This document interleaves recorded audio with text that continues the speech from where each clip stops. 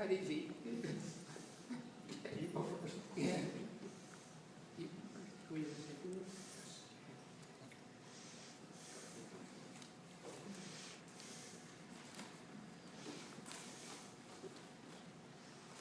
That's the other thing.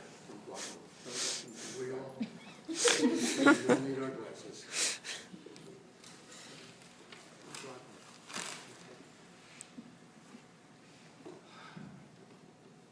Agata, and Reamer. Ben, Bessie, and Benny. Yubi and I have been friends for better than 60 years. High school, college, boat rides to Bear Mountain.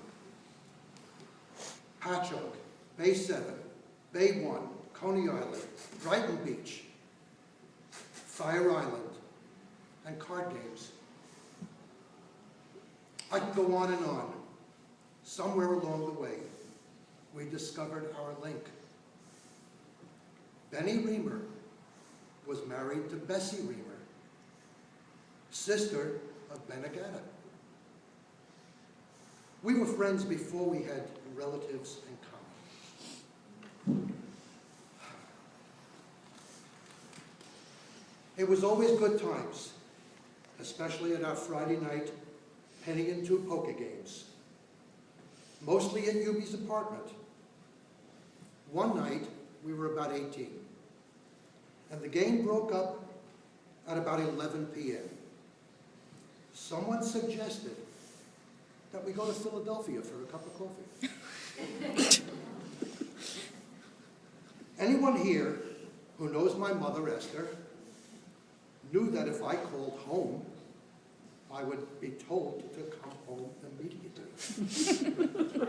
All right, well, right. Therefore, no call was made, and we all went to Philly for pancakes and coffee. After all, it was more important to be with my friends. But it was a great trip, and on our return, I was dropped off at my home. With fear and trepidation, I attempted to sneak into my apartment, only to find, upon opening the door, my grandmother was wringing her hands. After this was like 2 in the morning, maybe 3 in the morning, I forget, right?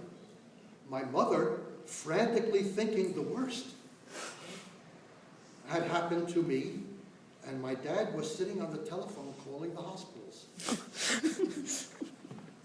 I was yelled at by my mother. Grandmother saw her favorite was still alive, and she went to sleep, and Dad understood what I did when I did it. It never happened again, but if I had to do it all over again, I would. Don't.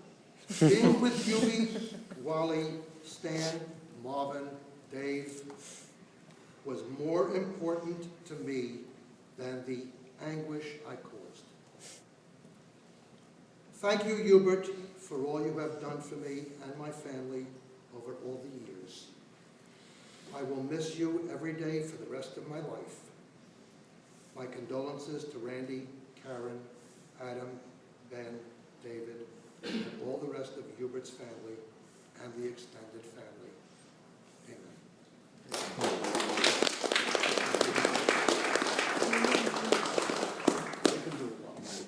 This is legible. I have Bruce read it for me. Not legible.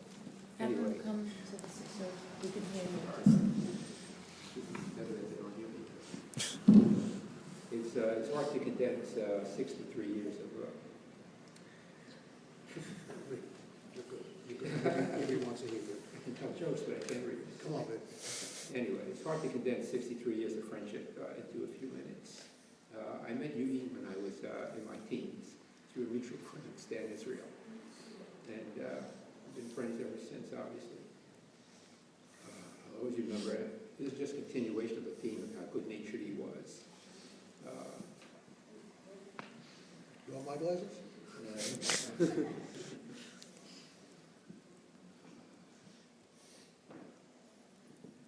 Oh, yes.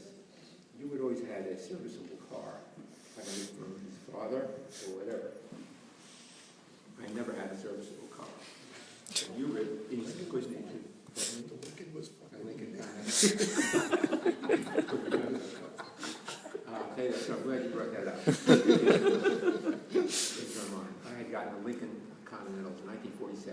It was a George, I remember the George Raft, it was a movie gangster, it was a getaway car.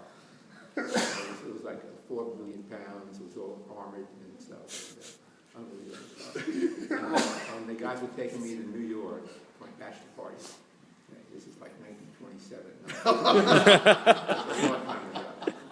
And the car used about a quart of oil every 2 miles. So I always travel with a big container, can of oil in the trunk. From Overhold on the Belt Parkway, the car stalled. It needed oil. And they had really gotten me drunk, the guys. So we got cards and stuff, weeks apart. So we got out of the car, and we put oil in there, and then we got back in, and I'm looking at the front mirror, and I saw some car speeding me. And I went, uh-oh. And of course, it crashed right up my Lincoln. Broken axle, I never saw it again. That was my bachelor party. You didn't tell him about my backing up on the Oh, that's right. Thank you. So Bruce, who I was in front of him. who's an evil Knievel in his own time, was on the Belt Parkway. He was a little bit before us, and he was backing up on the Belt Parkway to see what the delay was.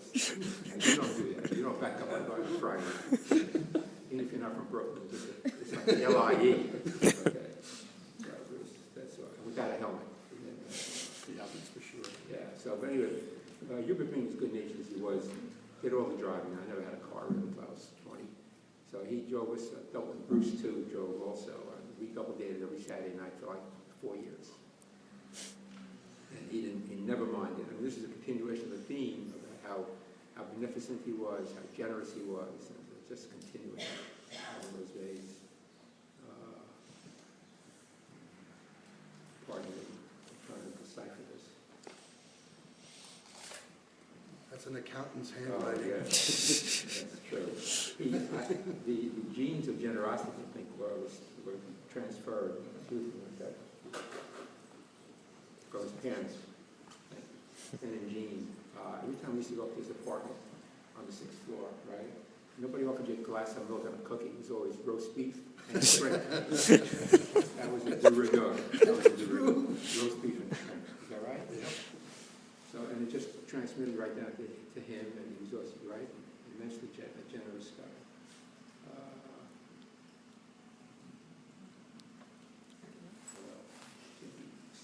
You guys might be lucky because I can't read this. Oh, yes. He introduced, I met my wife through Hubert. He and my wife's friends, unbeknownst to me, were fixing me up with Julie. We had a fine date or something. As it turns out, I was the wrong Wally. There was another Wally in there. When I walked into the room, there was a gas. Who is that?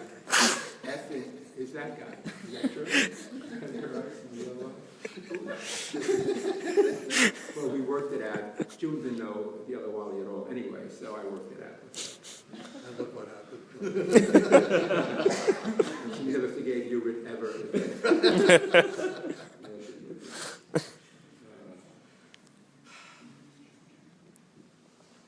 I need a dictionary. I can't read your writing, I'm sorry. Nobody else can, including me. Well, That's why he never did my taxes. Okay.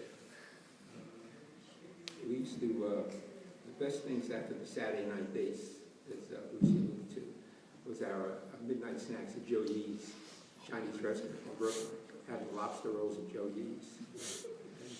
That was a highlight. You know what I'm talking about, you're better off. and the card games, obviously the Friday night card games were just They were the best. they were the best, yeah.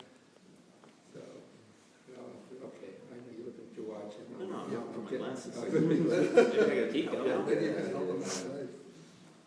Well, anyway, so Hubert brought me to our wedding. Excuse me one second. Sorry. It is 1955, it's 1955, he brought me to the wedding, but it's 1955 Olds convertible. Now, how do you get at 22 years old, how do you get an Olds convertible? I think you're still 21. It's gorgeous. So he brought me to the wedding in that car, and we have pictures of it. And of course, he took pictures of the wedding, and that's what he used to do. He took pictures of most of the family functions, major family functions, for the rest of our lives, including my 75th birthday party and things like that. So, anyway, Let's see, yeah, that's about it. So, anyway, we were having lunch once a month. Currently, that's how we're doing it, so. We'll miss you. Thank you. No, you gotta tell the story. This is the. Which- which story, Tell Paul? them about the lunch, come on. Uh, This is the perfect, go ahead. Tell them about the lunch. Wait a minute, hold on. How many Agatas does it take to tell a story? That's the name of our new book. Thank